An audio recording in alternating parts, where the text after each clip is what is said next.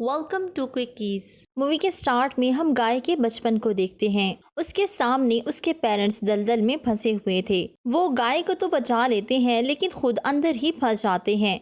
वो जाने से पहले गाय को कहते हैं कि तुम हमेशा आने वाले कल की तलाश में रहोगे, और तब से ही गाय आने वाले कल की तलाश में रहता है। और उसे इस दौरान ईप की फैमिली भी मिलती है जो मूवी के फर्स्ट पार्ट में दिखाया गया है। और हम जानते हैं कि ईप और गाय एक दूसरे को पसंद करते हैं, मगर ये बात ईप के फादर ग्रज को बिल्कुल पसंद नहीं। वो नहीं चाहते कि ईप उससे दूर हो। तो ग्रज की वाइफ ऊगा उसे समझाती है कि जैसे हमने अपनी फैमिली स्टार्ट की, इसी तरह गाय और ईप को भी फैमिली स्टार्ट करनी चाहिए। रात को जब ईप और गाय एक दूसरे से बात कर रहे होते हैं, तभी गाय ईप को एक पत्थर देकर प्रपोज करता है। और उनके आगे का प्लान ये था कि वो दोनों अपनी अलग ही दुनिया बसाएंगे। और ये सभी बातें ग्रज भी सुन रहा था। उसे काफी गुस्सा आता है और वो दूर चला जाता है। इस दौरान उससे एक नई दुनिया मिल जाती है। ग्रज सबको उस नई दुनिया के बारे में बताता है। सभी लोग वहाँ जाते हैं तो उनके सामने एक बहुत बड़ी दीवार थी। जब वो उस दीवार को क्रॉस करते हैं तो नई दुनिया बहुत ही हसीन थी। इस नई दुनिया को देखकर सबकी आंखें खुली की खुली रह जाती हैं। वहाँ बहुत सारे फूल और फ्रूट्स थे। फ्रूट्स को देखकर सभी उन पर टूट पड़ते हैं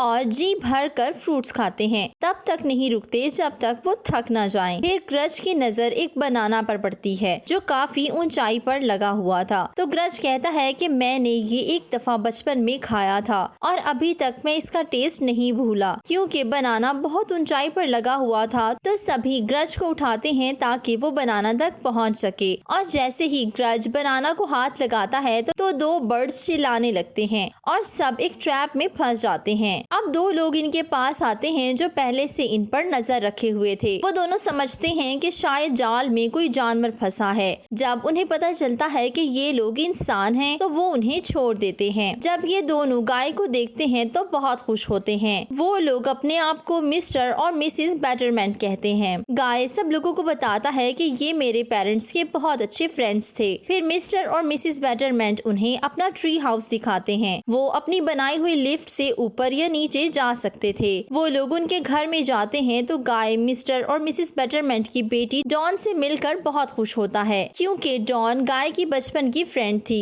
ईप भी उसे देखकर बेहद खुश थी क्योंकि उसने अपनी एज फेलो पहली बार देखी थी। फिर मिस्टर बेटरमेंट उन्हें अपना पूरा घर दिखाते हैं। ग्रज को घर में कुछ बनानास दिखाई देते हैं तो ग्रज उन्हें खाने के लिए हाथ आगे बढ़ाता है। मिस्टर बेटरमेंट उसे मना करते हैं और कहते हैं कि हमारी फैमिली में कोई भी बनाना नहीं खाता। इस बात पर ग्रज को बहुत गुस्सा आता है। अब रात हो जाती है तो मिस्टर बेटरमेंट सभी को उनके रूम्स दिखाते हैं और ये बात भी ग्रज को अच्छी नहीं लगती क्योंकि वो लोग तो हमेशा एक साथ रहते थे। हम देखते हैं कि ग्रज को नींद नहीं आ रही थी तो वो उगा के पास चला जाता है। उगा ग्रज से कहती है कि हमें अब यहाँ रहने की आदत डालनी होगी और इस तरह गाय और ईप भी हमारी नजरों के सामने होंगे। अगले दिन मिस्टर और मिसेस बेटरमेंट डॉन और गाय को एक साथ बाहर भेज देते हैं। उनका प्लान ये था कि डॉन की गाय से शादी करा दी जाए। अब ईप को गाय में कुछ बदलाव नजर आने लगता है तो ईप उदास होकर ऊपर चली जाती है और व्यू को देखने लगती है। इतने में उसके पास डॉन आती है और ईप की बॉडी पर कुछ निशानात देखती है। वो उसके बारे में पूछने लगती है। ईप उससे अपनी एडवेंचर से भरपूर लाइफ के बारे में बताती है तो डॉन ईप को बताती है कि मैं कभी भी इस दीवार के पार नहीं गई। ईप समझ जाती है कि जैसे मैं गार से नहीं निकली थी, बिल्कुल वैसे ही डॉन भी इसी जगह पर रही है। अगले सीन्स में हम देखते हैं कि मिस्टर बेटरमेंट ग्रज को कहीं लेकर जाते हैं। वो बताते हैं कि पहले ये जगह एक सहरा थी और मैंने बहुत मेहनत करके इसे इतना खूबसूरत बनाया। वो बातों ही बातों में कह रहा था कि आप लोग इस जगह को छोड़ दें और यहाँ पर सिर्फ गाय ही रहे। मिस्टर बेटरमेंट उगा को अपने साथ लेकर जाती है ताकि वो कुछ फल इकट्ठा कर सकें। वो उगा से कहती है कि आप लोग यहाँ से चले जाएं और सिर्फ यहाँ पर गाय ही रहे। ये सुनकर उगा को गुस्सा आ जाता है और वो गुस्से में फल से भरी हुई बास्केट दीवार की दूसरी तरफ फेंक देती है। अब हम डॉन और ईप को एक साथ देखते हैं। डॉन ईप के टाइगर पर सैर कर रही थी। वो दोनों बहुत इंजॉय करती हैं। इसी दौरान इनकी टक्कर छत्ते से हो जाती है जो शहद की मक्खियों से भरा हुआ था। और एक मक्खी डॉन को काट लेती है, जिस पर डॉन बहुत खुश होती है। दूसरी तरफ हम देखते हैं कि मिस्टर बेटरमेंट ग्रज को एक जगह पर लेकर जाते हैं। इस जगह के बारे में मिसेस बेटरमेंट भी नहीं जानती थी। अब वो दोनों बातें करने लगते हैं।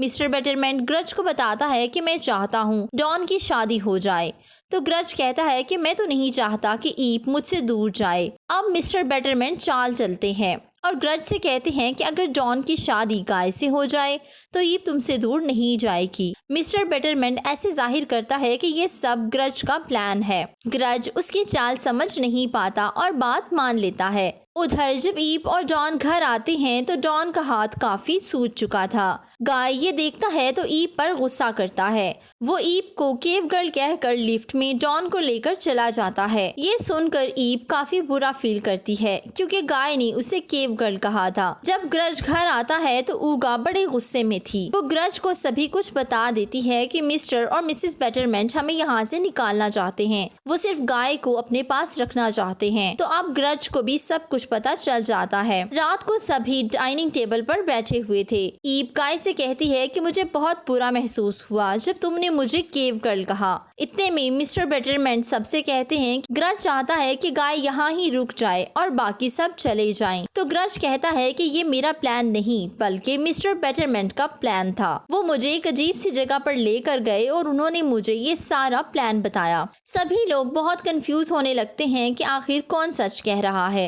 दोनों में लड़ाई हो जाती है। ईप को बहुत बुरा लगता है। अब वो गाय को वो पत्थर दे देती है जिससे गाय ने उसे प्रपोज किया था। ईप कहती है कि हमारा आने वाला कल एक दूसरे से मुख्तलिफ है। सभी में लड़ाई हो रही थी तो ग्रज मिस्टर बेटरमेंट से कहता है कि मैंने और ऊगा ने सभी केले खा लिए हैं। अब मिस्टर बेटरमेंट भागते भागते वॉल की तरफ जाते हैं। वो देखते हैं कि सारे केले खत्म हो चुके हैं। अब वो रोने लगते हैं। वो ग्रज को बताते हैं कि हमने ये सारे केले एक मॉन्स्टर को देने थे ताकि वो इस जगह को नुकसान ना पहुंचाए, और वो मॉन्स्टर हर रात को आता है और केले लेकर चला जाता है। अब वॉल हिलने लगती है और थोड़ी सी दीवार टूटती है।